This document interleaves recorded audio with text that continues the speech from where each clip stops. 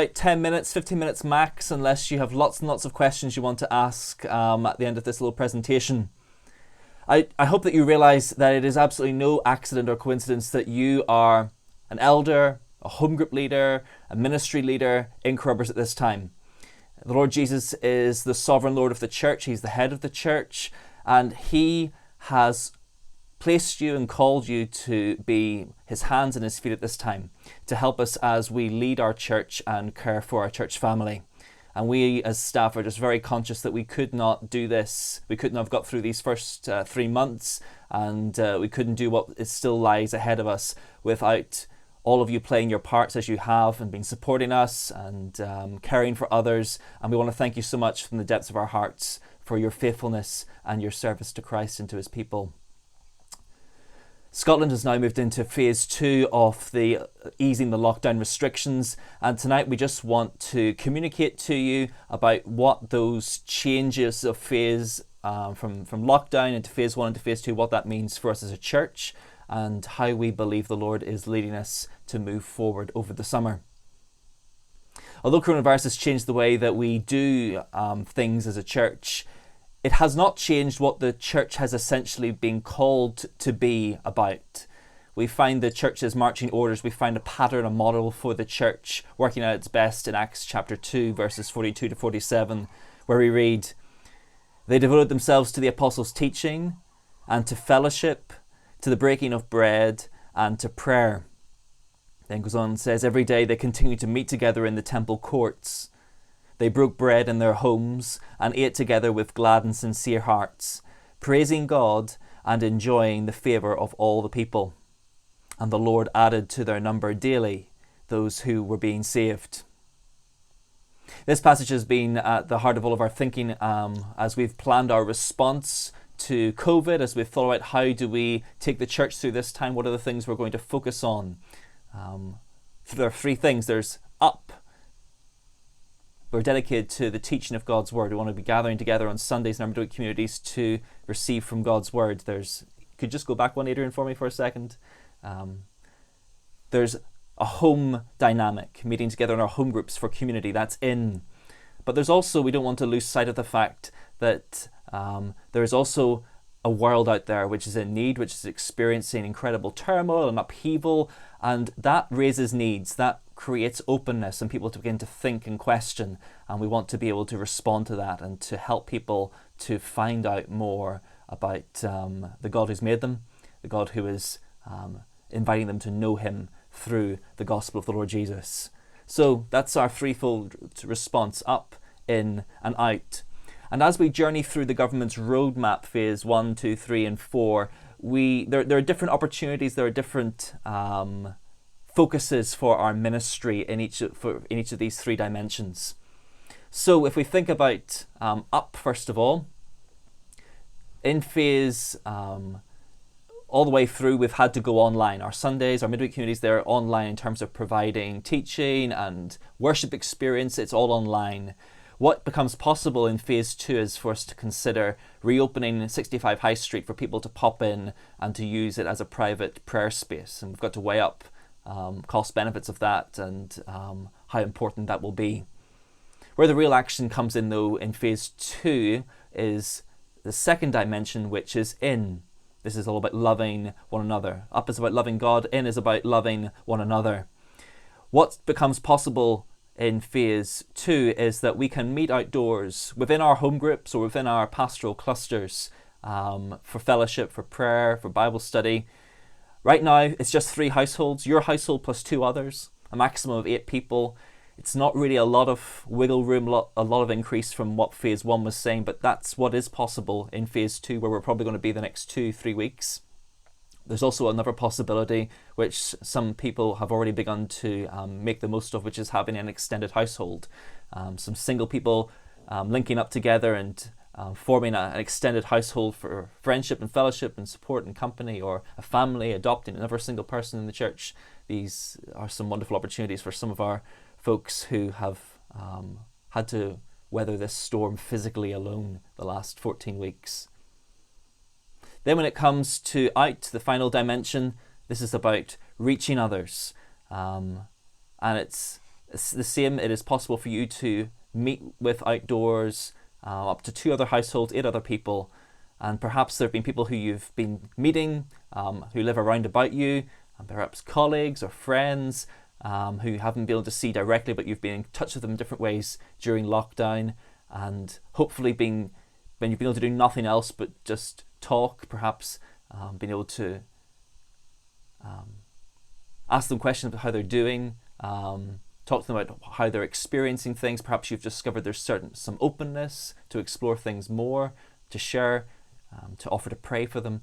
And what we can do in phase 2 is actually get together and see each other in the flesh, and continue those conversations, continue building those relationships. So those are the new opportunities that the present government guidance allows us to do. So our ministry focus in phase 2, it all revolves around this phrase, Christian hospitality. Next slide, please, Adrian. Phase 2 allows us to do outdoors Christian hospitality, unless you're forming an extended household with 1 other household. Phase 3 will be able to do larger Christian hospitality outside and some Christian hospitality indoors, although we don't know what sort of size that will be. And we're excited about this opportunity when there's so many other things that we can't do, that this is something that we can do, something that we can develop and grow. Some of you already have done this over months and years, but for a lot of other people, this may be a new, exciting opportunity to develop a part of our culture that goes all the way back. We read there in Acts chapter 2 about how the first believers, they met in the temple courts. We can't do that. That bit's in red on the slide. But what we can do, and what we will be able to do more and more of as we go through the next few weeks and months, is we'll be able to meet in each other's homes and break bread together and share meals together. That's what we're talking about when we're talking about Christian hospitality. 2 great books that have influenced my thinking and excited me with the vision for Christian hospitality. The first one's one called A Meal with Jesus by Tim Chester. And he picks out how hospitality was the master's way of doing ministry. This is the way Jesus went about doing things. Luke's gospel is sometimes known as the eating and feasting gospel. Jesus is either on his way to a meal or at a meal or coming from a meal in Luke's gospel. The next time you read it, look out for that theme and thread all the way through. Tim picks out 2 important verses in Luke's gospel. The first one is Jesus' mission statement in chapter 19, verse 10, that says, "The Son of Man came to seek and save the lost." We know that one. We've heard that one for ages. But there's a second one there. If that's Jesus' mission statement, then there's a second verse in chapter 7, which is Jesus' mission strategy. The Son of Man has come eating and drinking. And Tim links those 2 things together and says this is very important. God is wanting to teach us something about how to do ministry. And so this is the master's way of doing ministry. And in these days, whenever there's so much else that we can't do, this is something that we're going to be able to do more of. And that's an exciting opportunity for us. Second book is this book on the right by Rosaria Butterfield. And Rosaria has just an incredible story. She was a professor, a postmodern literature professor. She was a lesbian, an LGBT activist. She utterly despised and hated Christianity.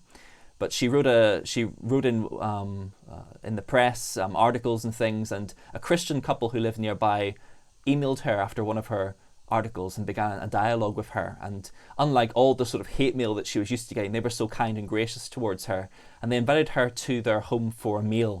And that turned into not just one meal, but a meal once a week. This was a couple who believed in practicing Christian hospitality, not just to fellow Christians in their church, but also to their surrounding community, to their neighbours, even to the most hostile of their neighbours, this raging atheist lesbian, Rosaria Butterfield. And through that relationship and through enjoying hospitality in her home, that just opened up her mind and her heart to look at the Bible and to consider the person of Christ who made these people this way, because there was nothing else that could explain what she calls the magic in this house. And so it's just interesting that she in this book, The Gospel Comes with a House Key, she's reflecting on how hospitality, simple hospitality in our homes, actually has incredible power and potential for doing mission.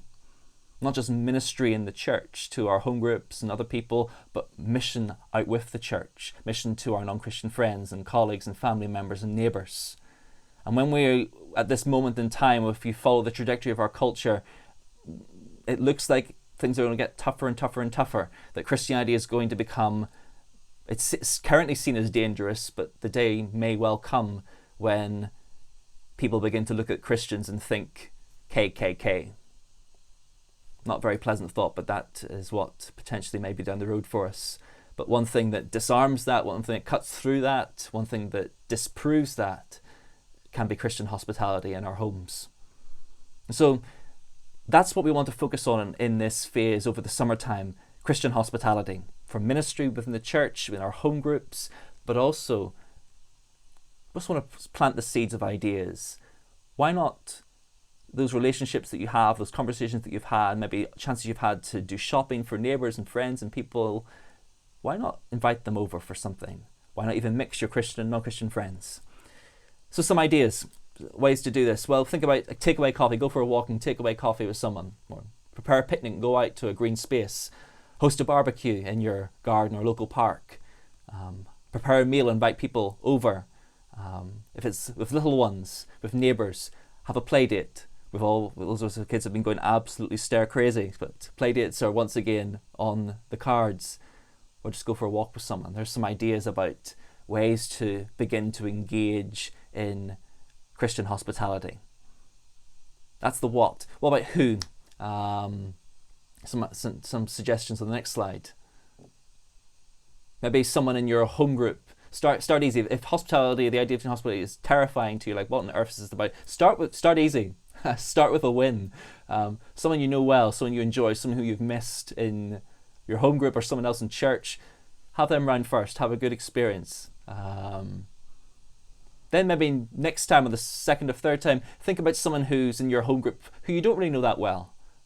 Someone who you think, I'd like to get to know that person better. I want to extend hospitality to them and hear their story and share life with them a little bit more. What about other people? What about someone who you know who's been struggling? Maybe people who have been especially lonely, people who perhaps have been bereaved at this time, people who you know have been wrestling with job insecurity, job loss even, or their mental health has been really badly affected by all that's been happening. How can you extend love and care in a very practical way through just inviting them over for a meal to spend time with you? And then there's that fourth category of people. Let's not just be thinking about inside the church, the household of faith. Let's be thinking about the people around us that God has put us among, the people whom we have hopefully been able to get a little bit of time to connect with and show concern for in these last months. Why not have them over as well? So that's what, some ideas of what, those are some ideas of who. Why not might be the last question. Well, there might be some reasons why we feel that's too scary. And to that, just want to say to you, you've got nothing to prove. You've no one to impress. Our only aim in hospitality is to extend love and kindness to people. We don't have nothing to prove. Some might feel it's a little bit too costly, but to that, hospitality does not mean having an elaborate meal, does not mean having a spotless house. In fact, the more ordinary normal is, the less people will feel out of place and maybe feel a bit more relaxed. Perhaps you feel you're too busy. Well, we already plan and prepare meals 3 times a day: breakfast, lunch and dinner. So in one sense, think about it and plan for it in a manageable way. 1 meal a week you're going to share with someone else, another household. You're already going to be making that meal. Just make it a little bit more and invite someone to share it with you and your household. So that's what, that's who, that's the why nots out of the way. That's our big hope and prayer, that we'll see a culture of Christian hospitality blossom and flourish, and 1,000 hospitality flowers grow in phase 2. So that's our briefing. Thank you so much for all that you have done and all that you will go on to do. You are influential people. We want you to be able to talk about this in your home groups, to share this among your friends in church, Share about these things among your ministry teams if you're continuing to meet together and plan together and pray together. So thank you so much for what you have done, what you will do. We are so grateful to God for you. So that's enough from me. I'm happy to take any questions that you have.